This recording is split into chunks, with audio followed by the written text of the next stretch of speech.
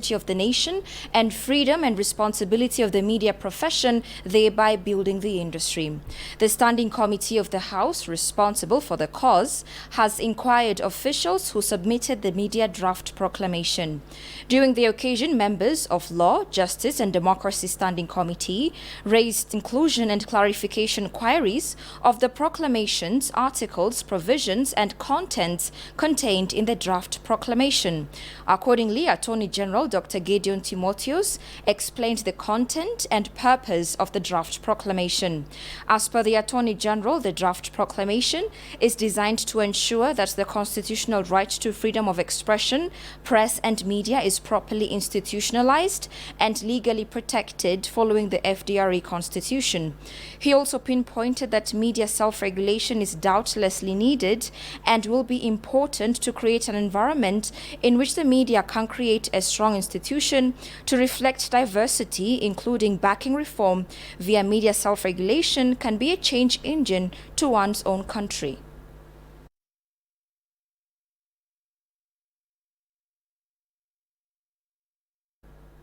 The Ethiopian Broadcast Authority says Ethiopian media ought to discharge their due roles in protecting the nation and its people from any danger. The Ethiopian Broadcasting Authority Director General Getachew Dinqu says freedom of the press is crucial and journalists should work professionally and ethically. Kasahun Jani presents the story. Before 2018, one of the reasons why the people of Ethiopia grew increasingly resentful of the Zan regime, which consequently triggered national reform, was the stifling of freedom of expression and crackdown on the press. Director General of the Ethiopian Broadcast Authority, Getachew Dinqu, states that the enactment of a repressive law, the imprisonment and intimidations of critical voices, and the closure of mainstream and various media outlets had contributed to the public grievances. Since the reform launched by Prime Minister Abiy Ahmed in April 2018, great improvements of the media professionals' freedom of expression has been shown by far. As soon as Prime Minister Abiy Ahmed was sworn in as Prime Minister in April 2018, in his inaugural speech, he made it clear that there was democratic deficit in the country, and he also made it very clear that the media were among the very important pillars for a democratic system to thrive. He said, I remember, that democracy without a free and vibrant media would be unthinkable. So his government embarked on reforming the political space in general, and 4 areas of reform were prioritized, and among these among these 4 would be media, along with electoral law, the civil society's regulation, and anti-terrorism law. So, these 4 areas of reform working together were believed to bring about a significant amount of difference in the democratic space, in the democratic exercises in the country. So government did not spend much time. The Director General also stated that the reform which came into being in 2018 helped to repeal repressive laws and allowed banned media outlets to operate in the country. According to Getachew, to further move the country's development endeavor, there should be a liberalized media to ensure good governance, transparency and accountability. So in principle, it is the media policy that comes first. And then the media law aligns itself with the policy, because the policy statement is the intent of the government. It shows the intent of the government. It, in broad sense, shows a relationship between the media and society. So what kind of normative theory of media would you like to follow?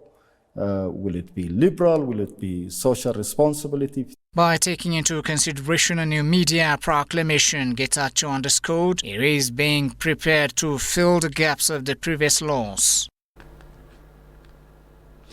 courts are said to be on resolute preparations to handle potential cases of complaints in connection to the upcoming 6th general election. Stakeholders discussed on the importance of organizing seasonal courtrooms to address complaints amid the upcoming election. Alula Teklamariam tells you more. It is to be recalled that Ethiopia's 6th general election date was scheduled for June 2021. Part of these stakeholders discussed the importance of organizing seasonal courtrooms to address complaints amid the upcoming general election. Solomon Redawaktola, Vice President of the Federal Supreme Court, highlighted the training's vitality to create common understanding among stakes with connection to the upcoming general election. Courts have greater roles in handling as well as addressing complaints in the election process. That's why we organize trainings for the relevant stakes in the election. Courts also need to be psychologically ready to handle any case in connection to the election process. We also share experience with regional Supreme Courts that help us develop common understanding on national issues. Meanwhile, law experts express the need to strengthen the nation's justice system to undertake fair and democratic election across the country. በምርጫ ጣቢያ የቅሬታ ሰሚ ኮሚቴ እንግዲህ አድሚኒስትሬቲቭ ሬሜዲ የምንላቸው ቅሬታ ሰሚ ኮሚቴዎቹን ጨምሮ Any grievance or complaint in relation to voters and candidates registrations will be addressed in the Constituency Grievance Committee within the National Election Board that should be supported by the courtrooms. The federal and regional first instance courts have thus the mandate to address complaints in connection to the election.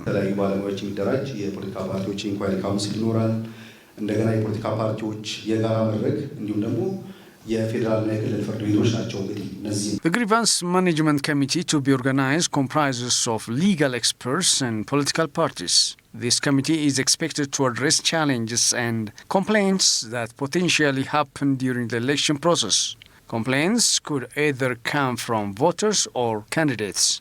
The National Election Board is mandated to manage the whole process, successfully starting from voters' registration to announcing final results.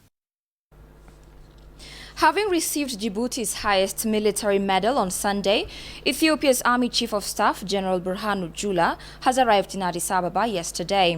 Arriving at Bole International Airport, Minister of Defense Kenaya Deta and other Defense Force senior officials have welcomed the general. Talking to ENA, General Birhanu said Ethiopia's Defense Force have avoided potential security threats, even to neighboring countries, by implementing successful law enforcement operations in the state of Tigray. According to Birhanu, the Defense Force is hunting down the wanted criminals in the state of Tigray. Listen to this. አገራችን ላይ ጦርነት ሲነሳ ትንሽ መደናገጥ ነበራቸው። Neighboring countries were frightful while we were operating the law enforcement operation in the state of Tigray. The Djiboutian has been commenting this risk clearly. They have been also closely following the result of this operation. We concluded this mission within 2 weeks. We are now undertaking hunting responsible war criminals in this region. Hunting criminals is also successful. ከዛ በኋላ የጦርነቱን ቀስቃሽ According to Birhanu, the Djibouti's highest military medal is cognizant of the effective conclusion of the law enforcement operation managed by the Ethiopian Defense Forces. He added that the highest Djiboutian military medal recognizes the peaceful handling of the Ethiopian Defense Force related to the law enforcement operation, not to affect neighboring countries. ጦርነቱ ውጤት በድል ሲጠናቀቅ ቀጠናው እንደተፈራ ወደ አደገኛ ሁኔታ When we finalized the law enforcement operation, there was no significant harm in neighboring countries. Neighboring countries believe that the law enforcement operation brings advantage in the whole region. The Djibouti government highest military medal is showing the effective work of Ethiopian government and the nation's defense force. This military medal promotes the remarkable law enforcement operation in the state of Tigray.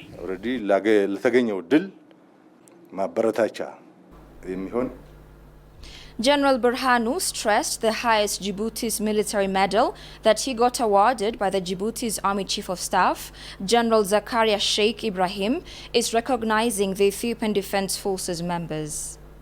ሜዳሊያውን ለኔ ስጡ እኔ ልቀበለው እንጂ ሜዳሊያው የአገሪቱ ነው።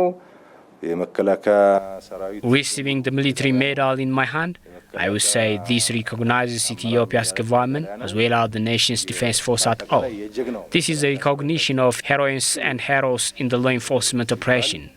I think this medal is the honor of our country and Ethiopia's defense force. This stimulates us to do better in the near future.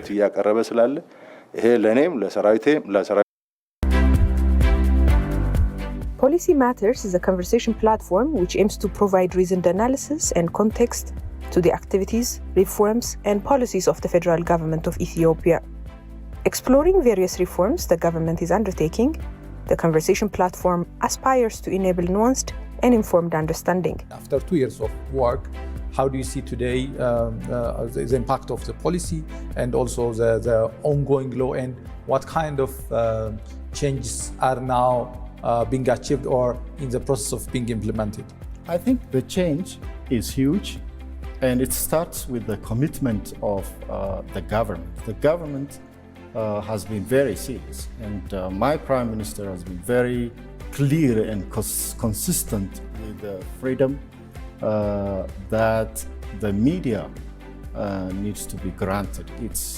The media deserved that sort of, they needed it, they deserved that sort of freedom for them to be able to, in a meaningful way, play their role in the process of democratization in general.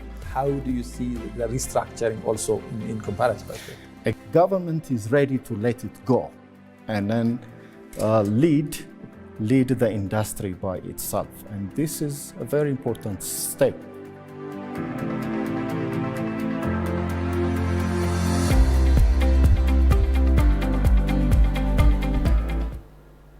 The Ethiopian National Defense Force has arrested a lot of the top leaders of TPLF, including Sebhat Nega, former president of Tigray Regional State, Abai Waldu, and the former deputy president of the region, Abraham Tekastem.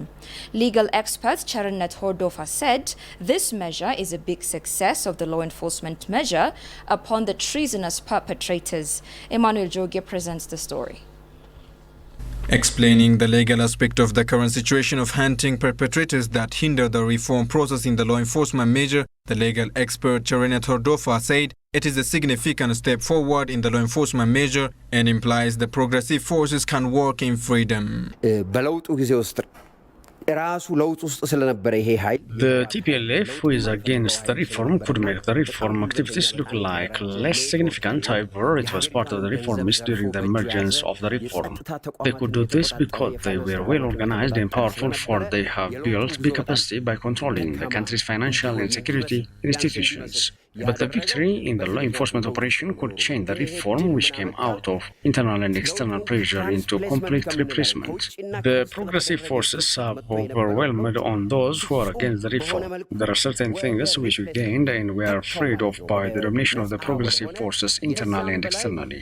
This operation is successful because it could smash out the 45-year project of deconstructing Ethiopia, and finally, the executives of the project are under control. ህግ ቁጥጥር ስር የዋሉበት ነው ኢትዮጵያዊነት ዲኮንስትራክት ሲደረግ የነበረበት Chernet added that the government should focus on ensuring accountability and reassuring that the government will not be ventured by such corrupts.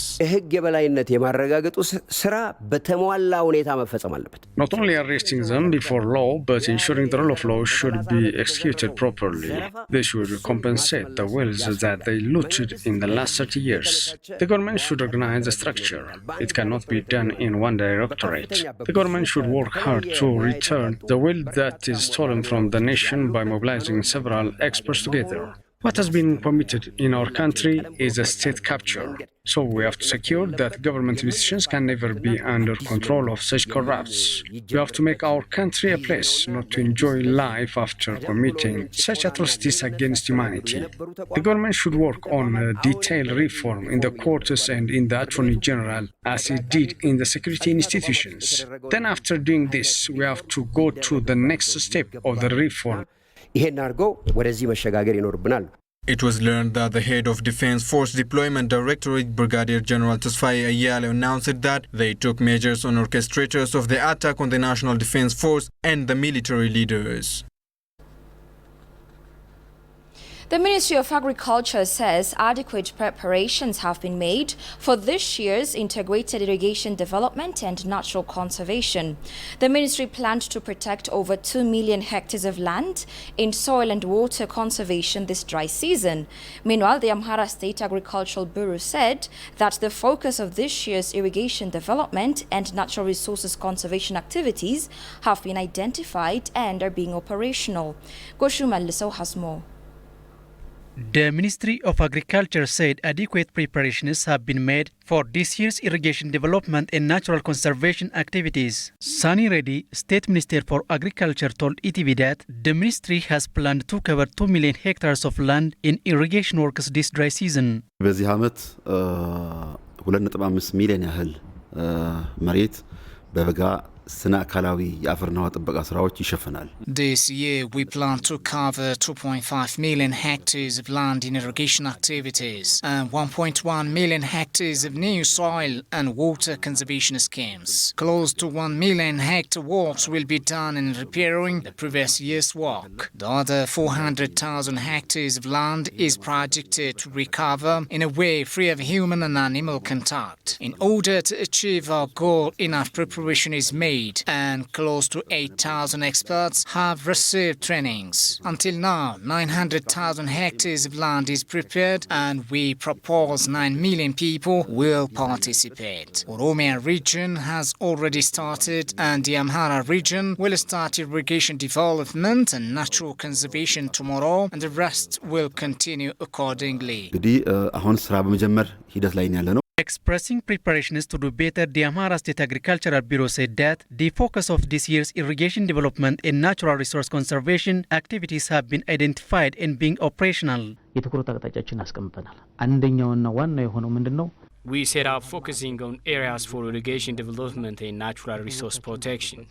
Our prime focus is to develop wetland areas including Tana and where dams are located.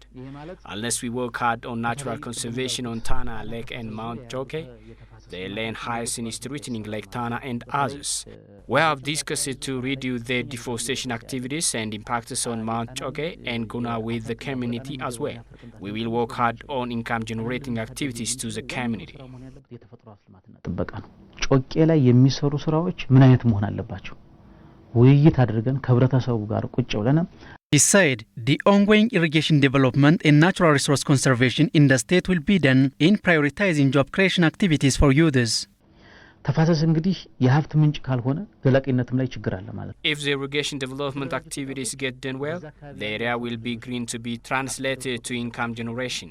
We are witnessing that many youths who have been engaged in fattening, honey farm, vegetable and development are very effective. Unless irrigation development is considered as one way, there will be a problem on its sustainability.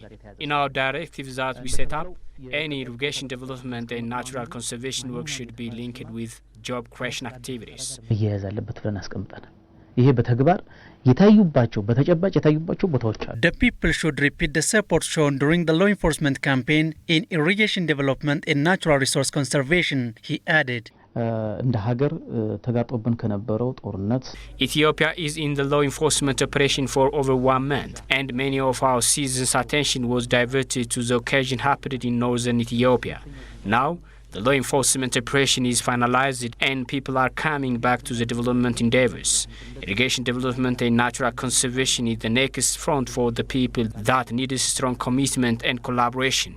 ተፈጥሮ ሀብት ሁሉም መነሻ ነው። አፈር፣ ውሃ፣ ደን ከዚህ ውጭ ምንም ተፈጥሮ ሊኖር አይችልም። Preparations are also underway to prevent the spread of coronavirus pandemic amid natural resource conservation activities, it was learned.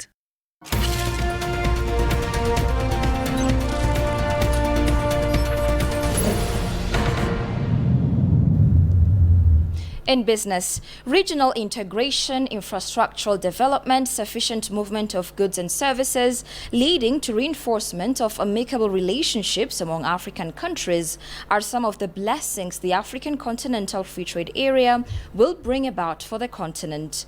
Konstantinos Berehe, who's a public policy advisor, made the remarks in an exclusive interview with ETV English. Lack of peace and security and issues of infrastructure and state sustainability need to be properly addressed for the practicability of the largest trade agreement in Africa. Shifa Raulak reports. The African Continental Free Trade Area envisions accelerating intra-African trade and boosting Africa's trading position in the global market by strengthening the continent's common voice and policy space in global trade negotiations. In an exclusive interview with ETV English, Konstantinos Berehe, who is a public policy advisor, has outlined the major benefits of the largest trade agreement. The main tenet behind the African Continental Free Trade Area is to ensure there is sufficient movement of goods and services among African countries. And the incentive for African countries is that everything that's imported from other continents will be subject to taxes and tariffs. But this time, with this new agreement, any goods and service movement between African countries will not be subjected to tariffs and taxes. So it will give Africa the incentive to produce more and to sell more within Africa itself. So for one, it helps the industrial development of the continent. And the second thing is it would ensure that there is free flow of trade in goods and services between the countries. The collateral impact of such a relationship would be the kind of peace and security that would prevail between countries, especially in border areas. The African Continental Free Trade Area is widely believed to be an important drive for economic growth, women empowerment, industrialization, sustainable development, etc. However, despite these opportunities, there are some challenges looming large that need to be addressed. For example, DRC, the Democratic Republic of Congo, has an estimated mineral wealth amounting to $24 trillion. This is more than the US or China's GDP. But this is the poorest country in the world. So unless you have peace and security, this is not going to happen. The second thing is the infrastructure connectivity. You need roads, rail, and air connectivity in Africa.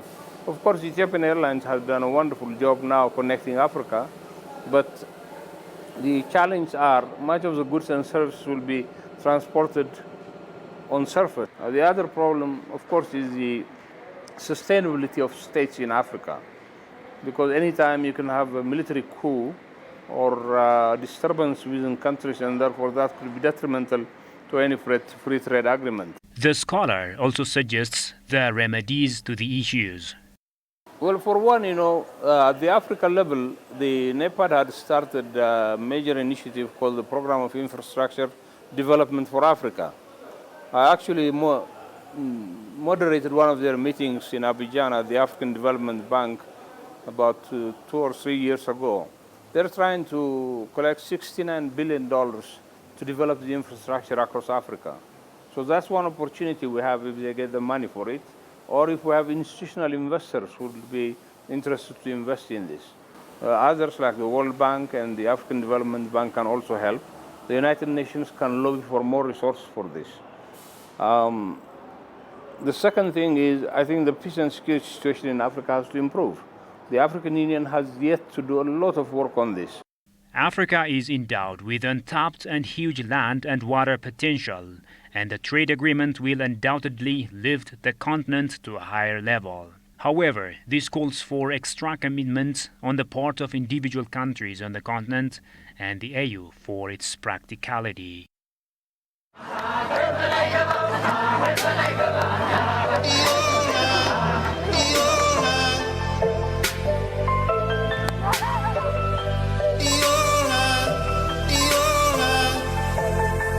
Asinabella,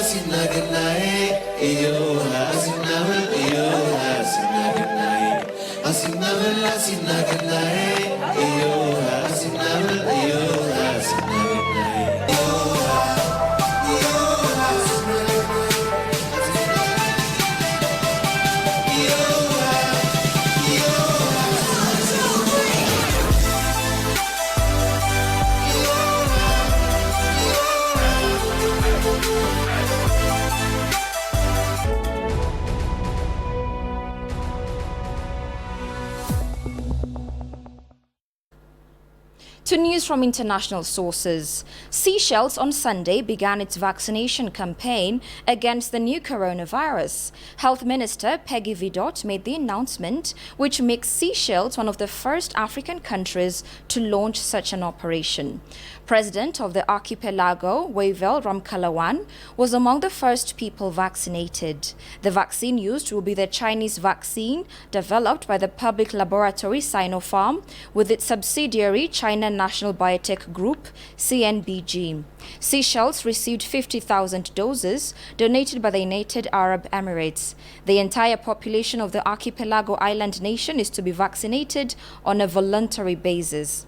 The latest assessment shows that 420 people have been infected since the start of the pandemic, including one death, but this figure is constantly rising, with an average of more than 20 new infections per day. After the country's leaders, the vaccination campaign will be extended to all medical personnel, then to people working in essential sectors, and then to people over 65 years of age, before finally reaching the rest of the population. More than 1,000 people are to be vaccinated every day.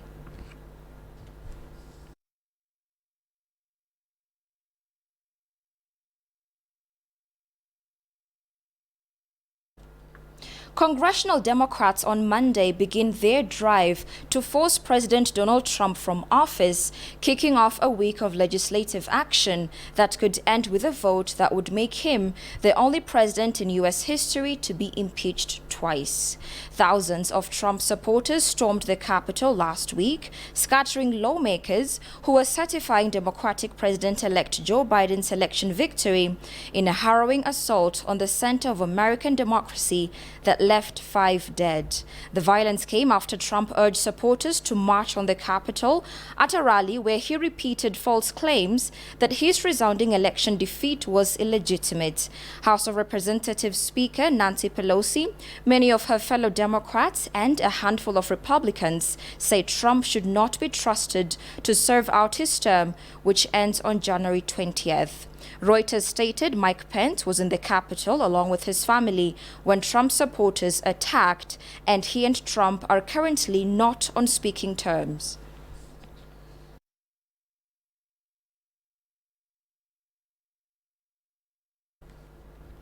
Washington's mayor has asked for increased security around the inauguration of U.S. President-elect Joe Biden after last week's storming of the U.S. Capitol by supporters of President Donald Trump. Describing last week's assault as an unprecedented terrorist attack, Mayor Muriel Bowser said Biden's inauguration on January 20th will require, quote, a different approach compared to past inaugurations. Reuters indicated the letter was dated Saturday and made available on Sunday. The storming of the Capitol building last week by Trump supporters delayed the certification of Biden's election victory. Trump, who has without evidence challenged the validity of Biden's election win, initially praised his supporters but later condemned the violence. Lawmakers were forced to flee as the building was mobbed by the president's supporters, who were overwhelmed security forces. 5 people died in the violence, including one Capitol police officer who was beaten as he tried to ward off the crowds.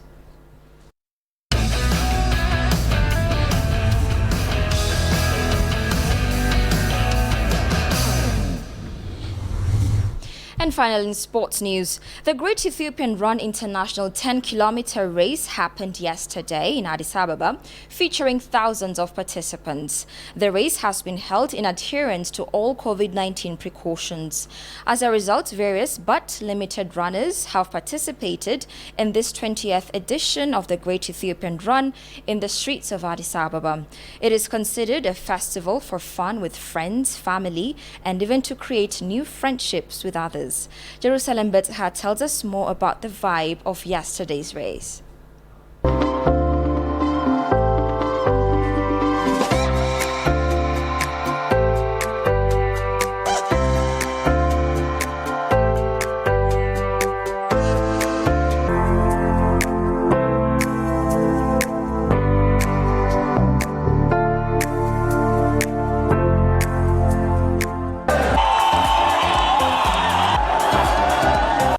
Since 2002, the event has been the biggest road race in Africa and has been held without interruption for the past 19 years. As the race allows to everyone from all corners of the world to participate in the Ethiopian Great Run, many have been expecting the race eagerly.